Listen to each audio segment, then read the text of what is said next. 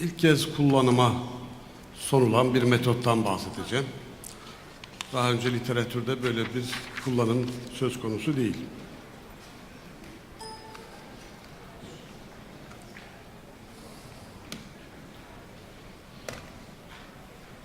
Metodun tarihçesi 2002 yılına kadar gidiyor.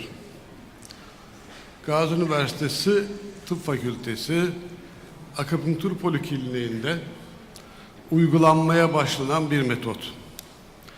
Metodun çalışır olduğunu 16 senedir yaklaşık olarak 19.968'i geçkin hasta üzerinde denedik. Yaklaşık 99.840 kez iğneleme yapılarak metot doğrulanmıştır.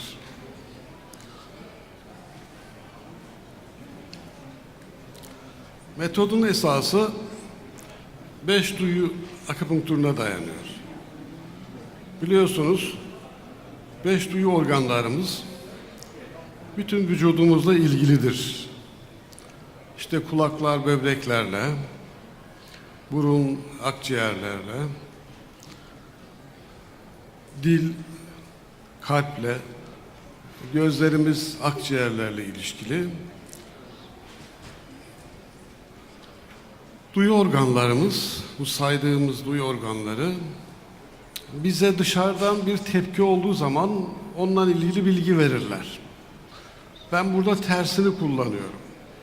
O zaman bunlar içeriden de dışarıya bilgi verirler. Bu ne demek?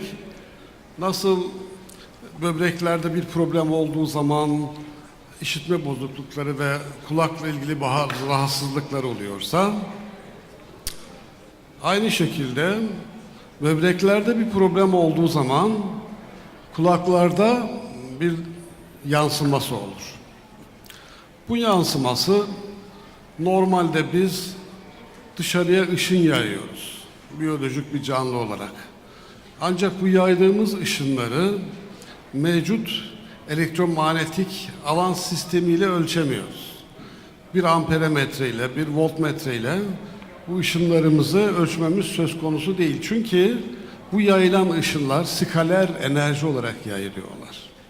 Skaler enerji için henüz daha ölçüm metotları geliştiriliyor fakat çok pahalı.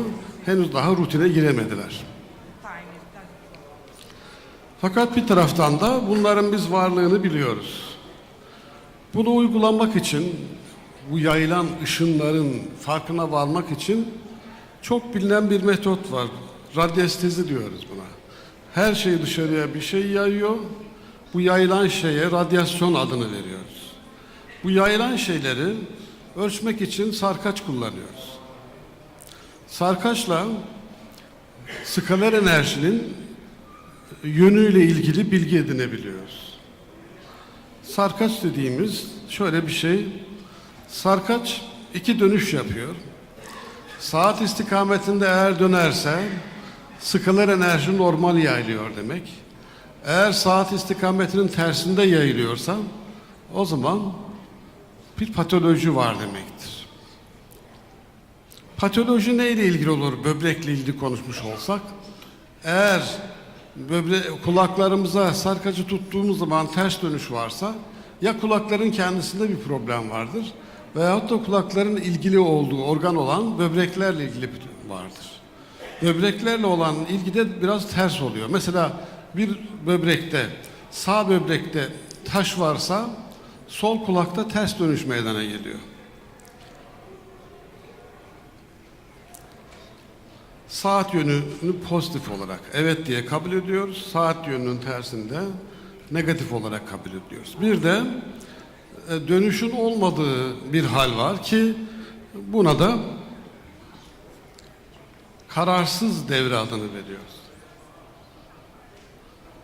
5 duyu akupunkturu bu manada tanımlayacak olursak nedir diye görme, işitme, tatma, koklama, dokunma ile ilgili duyu organları üzerinden giderek vücuttaki enerji düzensizliklerinin tespitine dayanan bir metottur.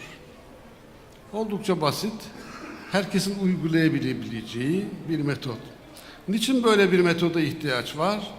Çünkü mevcut kullanılan elektronik cihazlar, biraz evvel konuşmacılarımızdan birisi Kemal Bey çok teferruatla anlattı.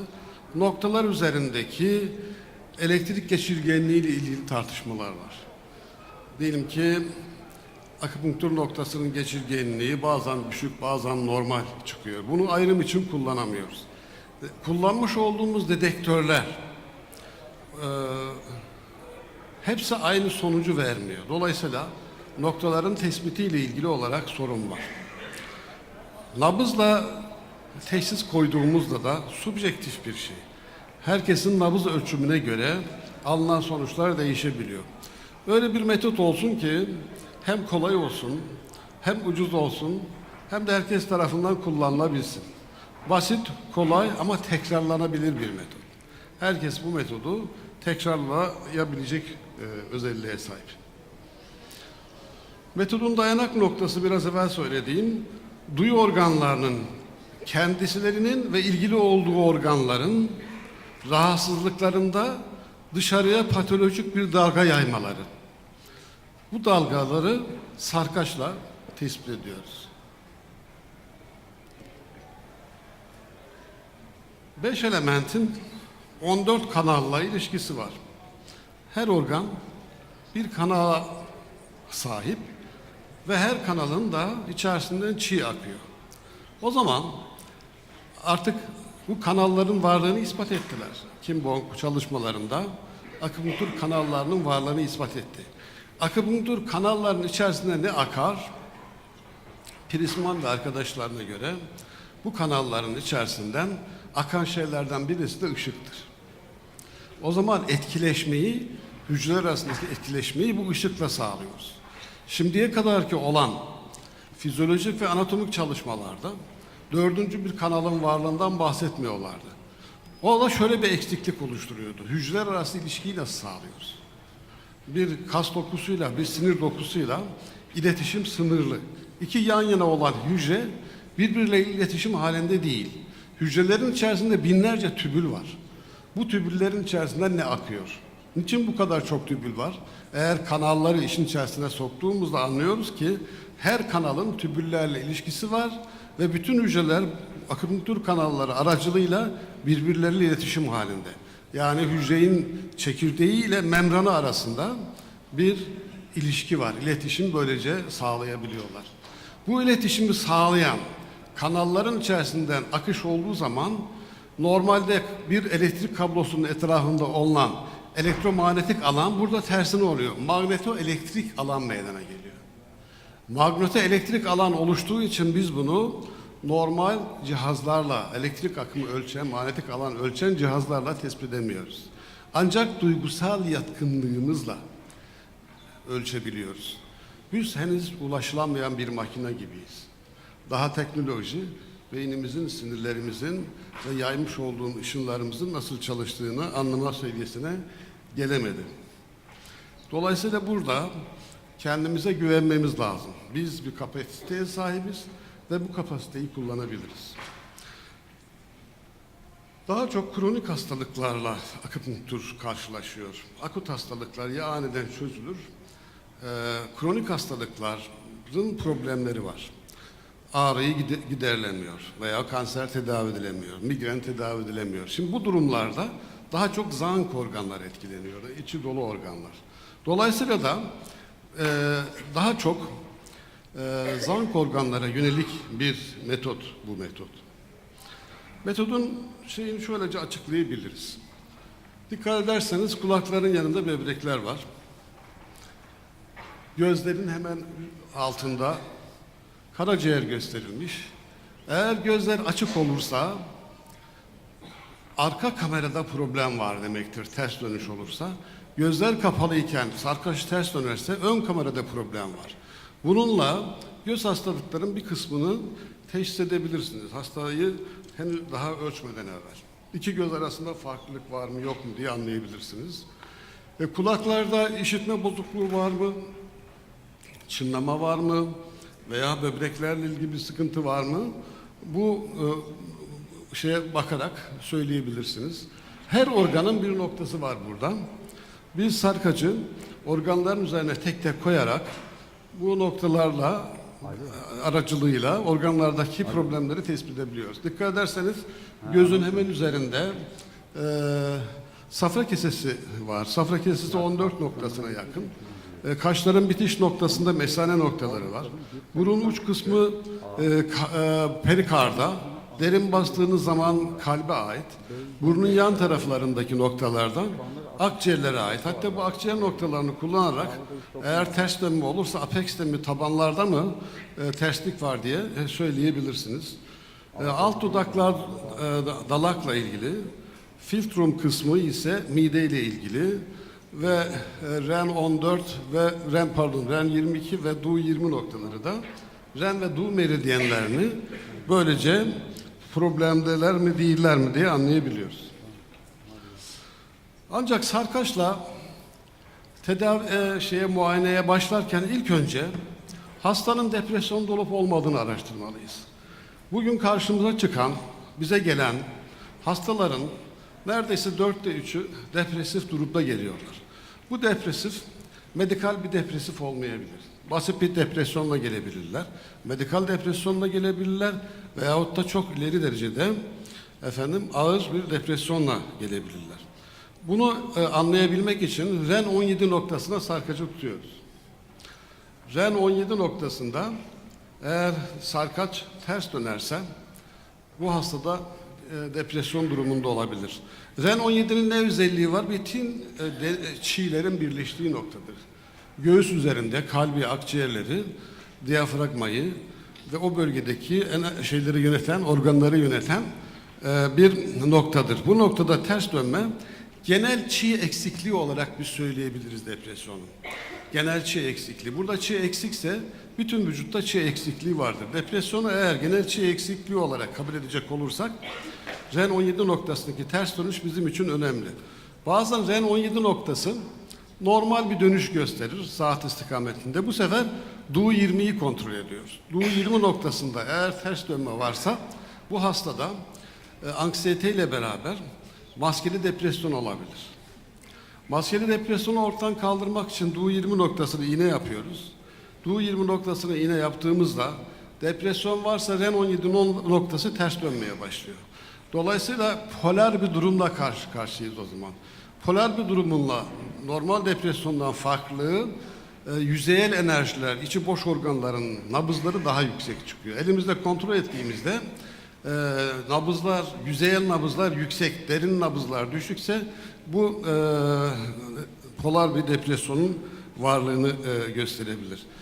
Bu depresyonlarda çoğu kez anksiyeteyle beraber gider. O zaman ilk önce DU 20'yi iğneleyip depresyonu ortadan çıkardıktan sonra depresyonun tedavisine gideceğiz. Bu tedaviyi yaptıktan sonra organ patolojileriyle ilgili olarak tedaviye devam edeceğiz. Bu oldukça önemli bir husus.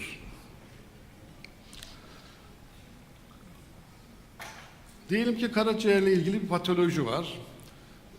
Gözlerde problem varsa, açıkken ve kapalıyken iki farklı patolojiyi söyleyecek gözle ilgili. Ama gözlerde herhangi bir patoloji yoksa o zaman karaciğerle ilgili patoloji vardır. Karaciğerle ilgili patolojiyi de sarkaçta doğrulayabiliriz. Elimizi karaciğerin sağ, sol ve orta loblarını gezdirerek sarkacın ters dönmesi halinde problemin direkt olarak karaciğerle ilgili olduğunu da söyleyebiliriz. Bu biraz daha ileri muayene metotlarından.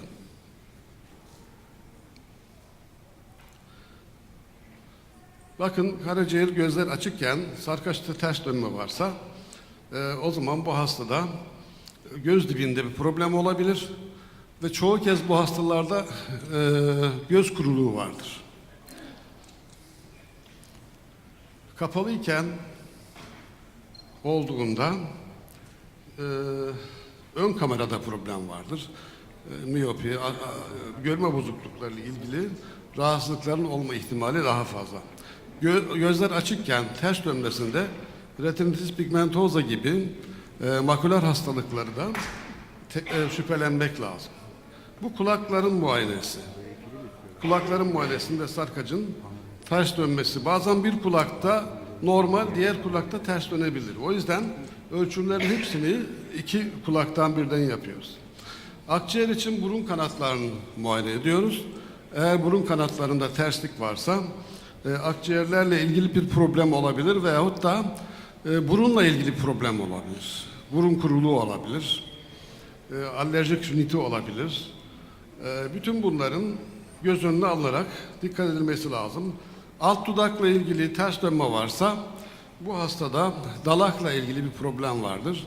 Dalağın ortaya çıkardığı hastalıklardan birisine aşırı yorgunluk, anemi olabilir, ödem olabilir. Bütün bunların araştırılması gerekebilir. Şekilsiz gayta çıkarmak, sık gaytaya çıkmak bunlar da dalak enerji eksikliğinin göstergeleri. Mide ile ilgili olarak filtrum noktasını kontrol ediyoruz. Eğer filtrum noktasında terslik varsa mide ile ilgili problem olabilir. Kalın bağırsak burnun lateralinde kontrol ederek ters dönme varsa kalın bağırsakla ilgili problem olabilir. Kalın bağırsağın kendi problemleri olabildiği gibi bu bölgede sinüslerle ilgili bir problem de olabilir. Sinüziti anlamak için tekrar sarkaçta bu bölgeyi daha geniş olarak muayene edebiliriz. Sinüzit olan yerlerde maksiller sinüzit varsa cilt daha bir kalındır. Onu hissedebiliriz. İnce bağırsak alt dudak altında ince bağırsak noktası kabul edilir. Safra kesesi için GB14 veya hemen kaşın üst tarafı ters dönüp dönmediğini kontrol ediyoruz.